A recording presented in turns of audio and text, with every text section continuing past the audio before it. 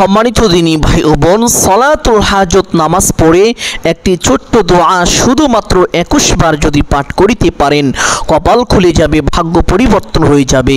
জীবনের সকল অভাব অনটন, দুঃখ কষ্ট, পেরেশানি, বিপদ আপদ, বালা মুসিবত সাথে সাথে দূর হয়ে যাবে। রিজিকের সমস্ত দরজা খুলে যাবে। সুবহানাল্লাহ। আল্লাহ তাআলা নিজেই বলেছেন, ওয়ালাউ আন্না আহলাল কুরা আমানু ওয়াত্তাকাউ, যারা আমি আল্লাহ তাআলার উপরে ঈমান আনবে এবং আমি আল্লাহকে ভয় করবে, লাফাতাহনা আলাইহিম বারাকাতিম মিনাস সামাই ওয়াল আরদ, আসমানের নিচে জমিনের উপরে যত বরকত আছে সমস্ত বরকত আমি তাদেরকে দিয়ে দিব। সুবহানাল্লাহ। সম্মানিত দিনী ভাই ও বোন, আল্লাহ তাআলার রহমত ছাড়া কোনো কিছুই হয় না। আল্লাহ তাআলার দয়া ছাড়া জীবনে কোনোদিন আপনার অভাব দূর হবে না। আল্লাহর নবী মুহাম্মদুর রাসূলুল্লাহ সাল্লাল্লাহু আলাইহি ওয়াসাল্লাম বলেছেন যে আল্লাহ তাআলা বলেন, হে আদম সন্তান, আমি আল্লাহর ইবাদতের জন্য তোমরা সমস্ত ব্যস্ততা ত্যাগ করো, আমি তোমাদের অন্তরকে প্রাচুর্য দিয়ে ভরে দিব, তোমাদের সকল অভাব অনটনকে দূর করে দিব। আর যদি তোমরা তা না করো তাহলে আমি তোমাদের হাতকে ব্যস্ততায় ভরে দিব এবং তোমাদের অভাব অনটন কখনোই দূর করব না। নাউযুবিল্লাহ। সম্মানিত দিনী ভাই বোন, তাহলে আপনি যদি ধনী হতে চান, অবশ্যই আল্লাহ তাআলার দয়া ও অনুগ্রহ প্রয়োজন আছে, আল্লাহ তাআলার রহমতের প্রয়োজন আছে। আল্লাহ তাআলার রহম ছাড়া কোনো কিছুই সম্ভব না, এমনকি একটি গাছের পাতা পর্যন্ত নড়তে পারে না। সম্মানিত দিনী ভাই বোন, এই জন্য আপনি যদি পরিপূর্ণ বিশ্বাসের সাথে এই ছোট্ট আমলটি করতে পারেন, রাতারাতি ধনী হয়ে যাবেন। জীবনের সকল অভাব অনটন সাথে সাথে আল্লাহ তাআলা দূর করে দিবেন। সুবহানাল্লাহ। আল্লাহর নবী মুহাম্মদুর রাসূলুল্লাহ সাল্লাল্লাহু আলাইহি ওয়াসাল্লাম আরেকটি হাদিসের মধ্যে ইরশাদ করেন, ও আমার সাহাবীরা, তোমরা যখন আল্লাহ তাআলার কাছে কোনো কিছু চাইবে, কোনো দোয়া করবে, পরিপূর্ণ বিশ্বাসের সঙ্গে করবে, তাহলেই আল্লাহ তাআলা তোমাদেরকে তা দান করিবেন। আর যদি তোমাদের বিশ্বাস না থাকে তাহলে কিন্তু তোমরা পাবে না। তোমাদের বিশ্বাস যতটুকু থাকবে তোমরা ততটুকুই পাবে। সম্মানিত দিনী ভাই বোন, এই জন্য আপনাদেরকে বলবো পরিপূর্ণ বিশ্বাসের সাথে এই আমলটি করিবেন। অনেকে অভাবগ্রস্ত, ঋণগ্রস্ত, লক্ষ লক্ষ কোটি কোটি টাকা ঋণ করে ফেলেছেন। অনেক চেষ্টা করেছেন ঋণ পরিশোধ করার জন্য, কিন্তু কোনোভাবে ঋণ পরিশোধ হচ্ছে না। ছোট্ট এই আমলটি করুন। আপনার ঋণের পরিমাণ যদি পাহাড় সমানও হয়ে থাকে, তবুও আল্লাহ তাআলা কুদরতিভাবে অতি দ্রুত আপনার সমস্ত ঋণকে পরিশোধ করে দিবেন, আপনার সকল অভাব অনটনকে দূর করে দিবেন। সুবহানাল্লাহ। সম্মানিত দিনী ভাই ও বোন, অনেকেই অনেক রকম সমস্যায় জর্জরিত হয়ে আছেন। অনেকেই বেকার বসে আছেন, চাকরি খুঁজছেন, কিন্তু চাকরির ব্যবস্থা হচ্ছে না। আমি বলবো ছোট্ট এই আমলটি করুন, আল্লাহ তাআলা আপনাকে অতি দ্রুত ভালো চাকরির ব্যবস্থা করে দিবেন।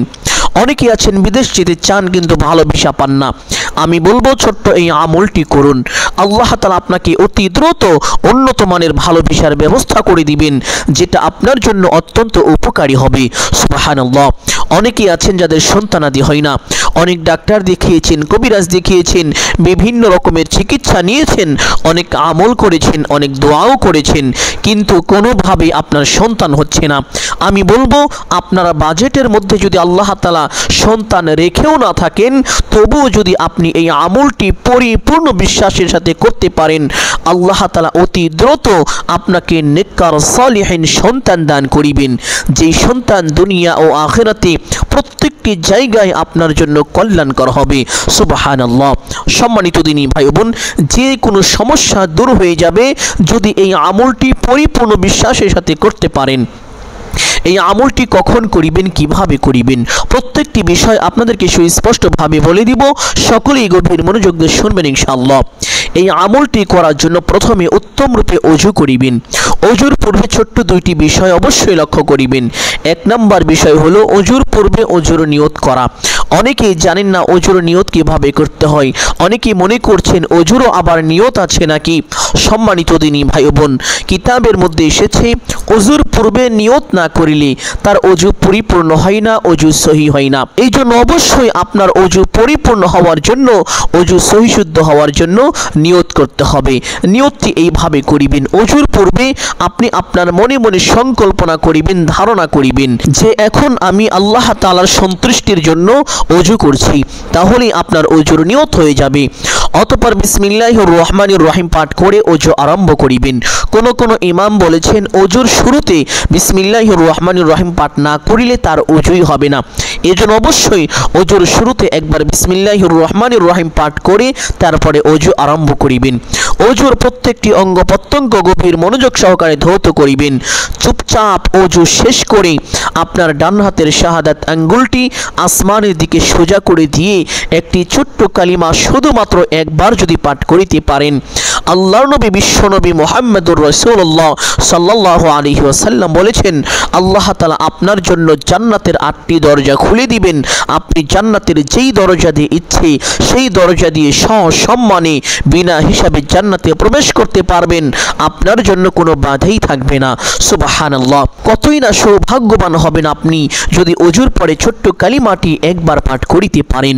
সম্মানিত দিনী ভাই ও বোন, আপনি যদি চান আপনার জান্নাতে যাওয়ার পথ অতি সহজ হোক, সুগম হোক, তাহলে অবশ্যই প্রত্যেক ওযুর পরে ছোট্ট কালিমাটি একবার এইভাবে পাঠ করিবেন। আশহাদু আল্লা ইলাহা ইল্লাল্লাহু ওয়াহদাহু লা শারীকা লাহু وأشهد أن محمدا عبده ورسوله। কালিমাটি পাঠ করা শেষ করে একটি পবিত্র স্থানে চলে যাবেন। গিয়ে কিবলামুখী হয়ে দাঁড়িয়ে 2 রাকাত সালাতুল হাজত নামাজ আদায় করিবেন।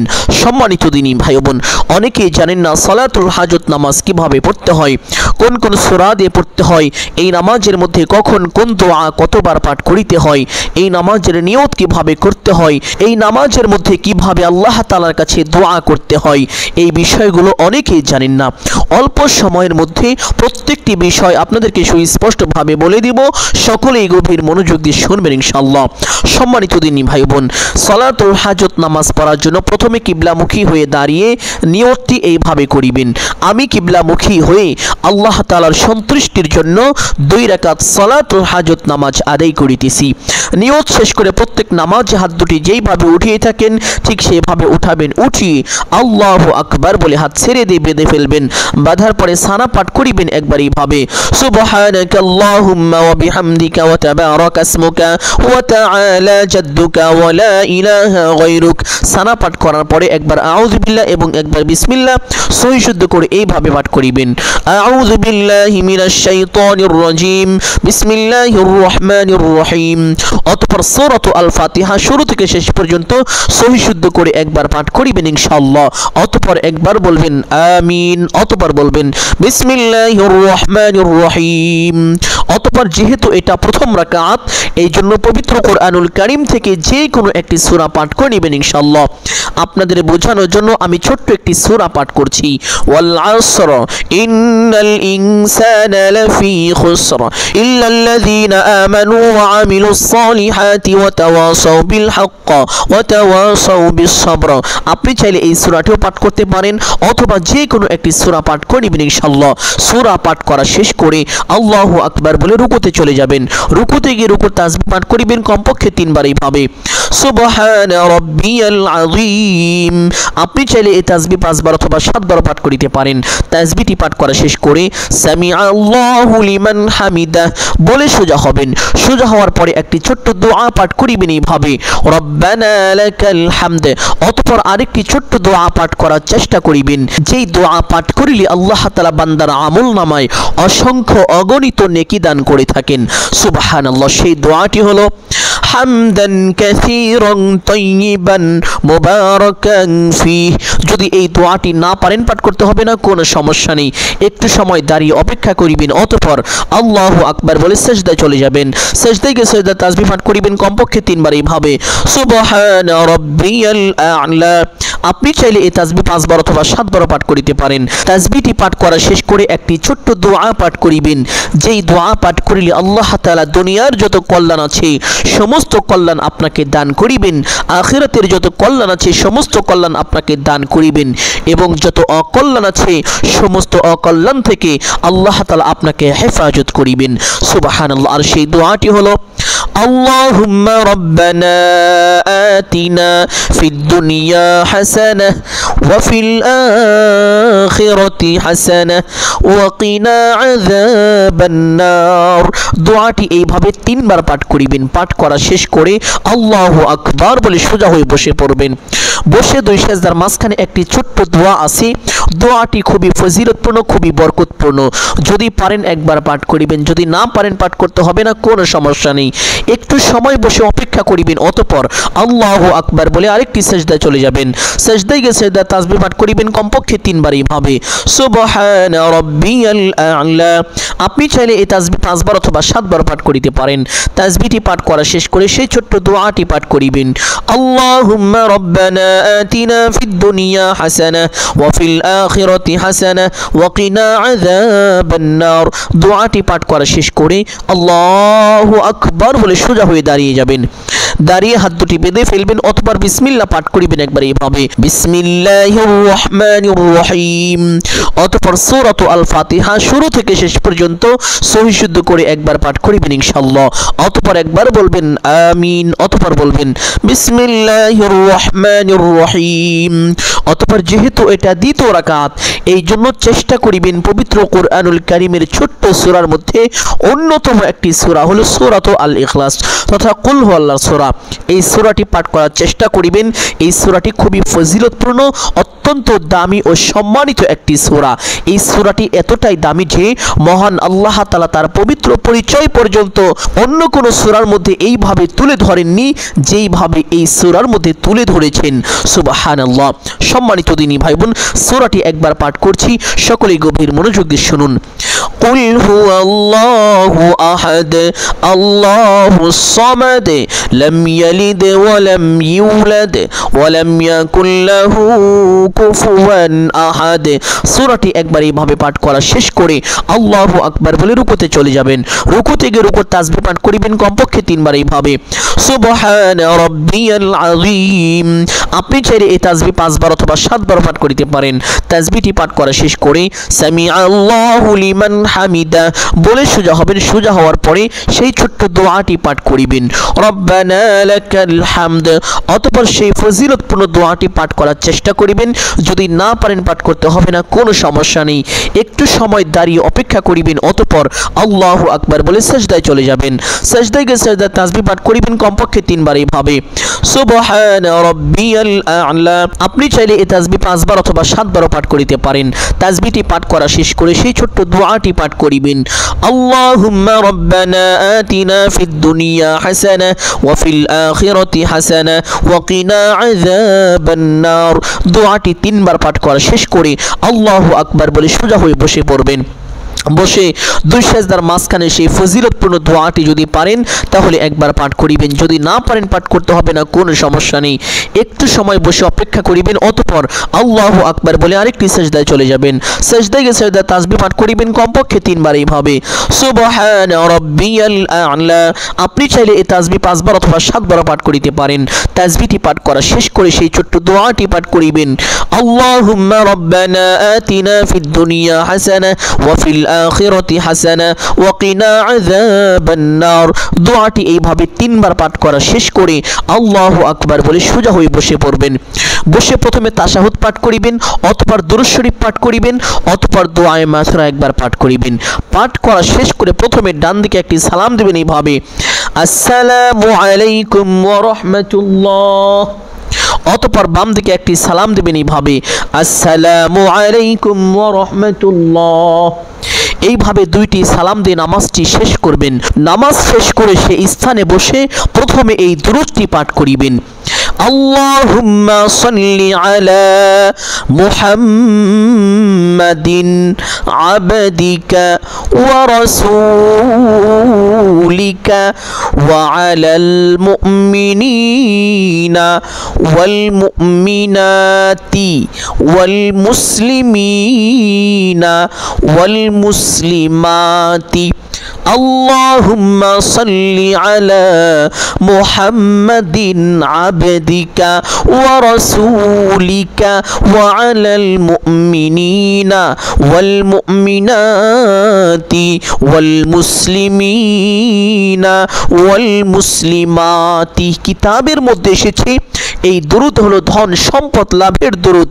এই দুরূদ বেশি বেশি পাঠ করিলে ধন সম্পদ বৃদ্ধি হয়, এবং কেউ যদি নিয়মিত এই দুরূদটি পাঠ করিতে পারে আল্লাহ তাআলা তাকে গুপ্ত ধন দান করিবেন, যেই ধন কোনোদিন শেষ হবে না।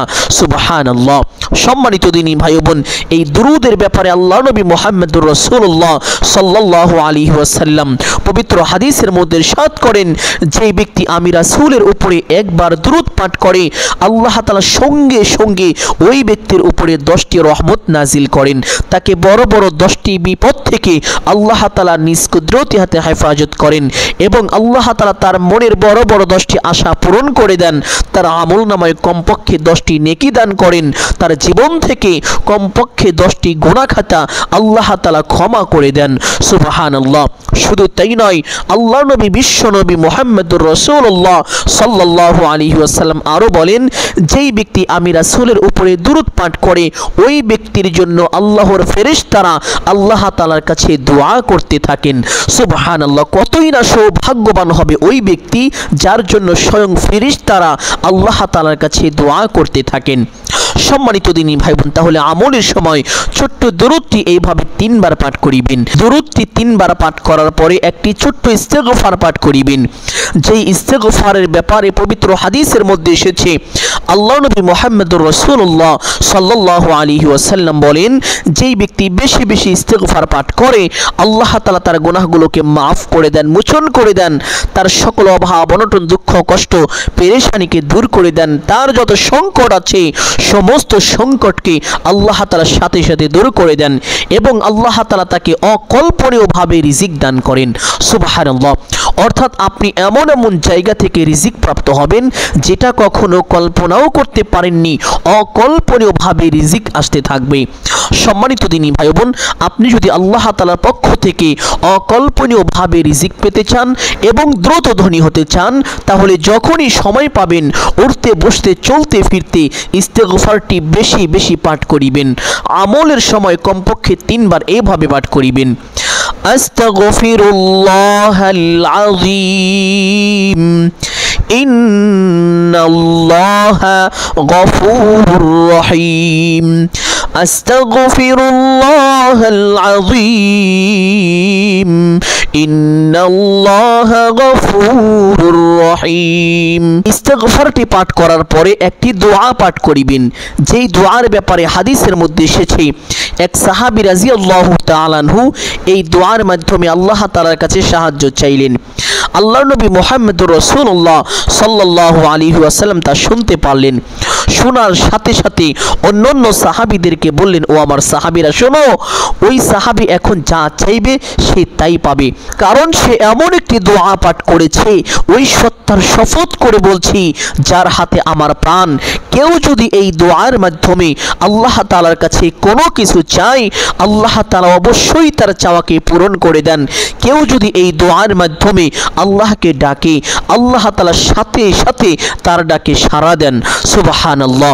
আর সেই দোয়াটি হলো, আল্লাহুম্মা ইন্নী আসআলুকা বিআন্না লাকাল হামদা লা ইলাহা ইল্লা আনতাল মান্নানু বাদিউস সামাওয়াতি ওয়াল আরদ ইয়া হাইয়্যু ইয়া কাইয়্যুম ইয়া যাল জালালি ওয়াল ইকরাম। দোয়াটি ভালো করে শুনুন, আরো একবার পাঠ করছি, আল্লাহুম্মা ইন্নী আসআলুকা বিআন্না লাকাল হামদা লা ইলাহা ইল্লা আনতাল মান্নানু বাদিউস সামাওয়াতি ওয়াল আরদ ইয়া হাইয়ু ইয়া কাইয়ুম ইয়া যাল জালালি ওয়াল ইকরাম। সম্মানিত দিনী ভাই ও বোন, এই ছোট্ট দোয়াটি এইভাবে সহি শুদ্ধ করে মহব্বতের সাথে 21 বার যদি পাঠ করিতে পারেন, কপাল খুলে যাবে, ভাগ্য পরিবর্তন হয়ে যাবে। কারণ আল্লাহ নবী মুহাম্মদুর রাসূলুল্লাহ শপথ করে বলেছেন, ওয়াদা করে বলেছেন, আল্লাহ তাআলার কসম করে বলেছেন, কেউ যদি এই দোয়ার মাধ্যমে আল্লাহ তাআলার কাছে কোনো কিছু চায়, আল্লাহ তাআলা অবশ্যই তাকে তা দান করে থাকেন। কেউ যদি এই দোয়ার মাধ্যমে আল্লাহকে ডাকে, আল্লাহ তার ডাকে সাথে সাথে সাড়া দিয়ে থাকেন। সুবহানাল্লাহ। সম্মানিত দিনী ভাই ও বোন, দোয়াটি এইভাবে 21 বার পাঠ করার পরে আবার সেই দুরূদটি পাঠ করিবেন এইভাবে, আল্লাহুম্মা সাল্লি আলা মুহাম্মাদিন আবদিকা ওয়া রাসূলিকা ওয়া আলাল মুমিনিনা ওয়াল মুমিনাতি ওয়াল মুসলিমিনা ওয়াল মুসলিমাতি। অতঃপর দোয়া মোনাজাত করিবেন। এখন আপনি যা চাইবেন তাই পাবেন। আপনার জন্য আল্লাহ তাআলা রিজিকের সমস্ত দরজা খুলে দিয়েছেন। বরকতের, রহমতের যত দরজা আছে সমস্ত দরজা আল্লাহ তাআলা আপনার জন্য উন্মুক্ত করে দিয়েছেন, খুলে দিয়েছেন। এখন আপনি যা চাইবেন তাই পাবেন। এই জন্য বেশি বেশি চাওয়ার চেষ্টা করিবেন। দোয়া মোনাজাত এইভাবে করিবেন, আলহামদুলিল্লাহি রাব্বিল আলামিন ওয়াসসালাতু ওয়াসসালামু আলা সাইয়্যিদিল আম্বিয়া ওয়াল মুরসালিন। অতঃপর আপনার যাহা কিছু প্রয়োজন সমস্ত কিছু মহান আল্লাহ তাআলার কাছে চাইবেন। চাওয়া শেষ করে একবার বলবেন, হে আল্লাহ, আপনার হাবিবের উসিলা করে আমার দোয়া মোনাজাত কবুল আর মঞ্জুর করুন। অতঃপর 3 বার বলবেন, আমিন আমিন আমিন বিরহমাতিকা ইয়া আরহামার রাহিমিন। দোয়া মোনাজাত শেষ করে একবার পড়বেন সাল্লাল্লাহু আলাইহি ওয়াসাল্লাম। সাথে সাথে আপনার দোয়া আল্লাহ তাআলার আরশে আজিমে পৌঁছে যাবে, আপনার দোয়া কবুল আর মঞ্জুর হয়ে যাবে। এইভাবে যদি এই আমলটি করতে পারেন, জীবনের যত অভাব অনটন আছে, দুঃখ কষ্ট পেরেশানি বিপদ আপদ আছে, বালা মুসিবত আছে, সাথে সাথে তা দূর হয়ে যাবে এবং দুনিয়ার যত কল্যাণ আছে, সুখ শান্তি আছে, আল্লাহ তাআলা আপনাকে তা দান করিবেন। সুবহানাল্লাহ। চতুর্দিক থেকে অঝর ধারায় বৃষ্টির মতো রিজিকের ব্যবস্থা হবে। আপনি যদি এই ছোট্ট আমলটি এইভাবে করতে পারেন, আপনার ঋণের পরিমাণ যদি পাহাড় সমান হয়ে থাকে, তবুও তা অতি দ্রুত আল্লাহ তাআলা কুদরতিভাবে পরিশোধ করে দিবেন। সুবহানাল্লাহ। সম্মানিত দিনী ভাই বোন, আমি আশা করছি আজকের এই আমলটি আপনাদের সকলের জন্য অত্যন্ত গুরুত্বপূর্ণ এবং উপকারী ছিল। অতএব সকলকে বলবো, সদকায়ে জারিয়ার উদ্দেশ্যে কমপক্ষে একটি হলেও শেয়ার করে দিবেন। যদি ভিডিওটি ভালো লাগে অবশ্যই একটি লাইক করবেন, কমেন্টে আমিন বলে দোয়ায় শরীক থাকবেন। সকলের জন্য দোয়া করি আল্লাহ তাআলা সকলকে ভালো রাখুন, সুস্থ রাখুন, জানে মালে কামায় রুজিতে প্রচুর পরিমাণ বরকত দান করুন। সকলেই বলি আমিন সুম্মা আমিন। আসসালামু আলাইকুম ওয়া রাহমাতুল্লাহি ওয়া বারাকাতুহু।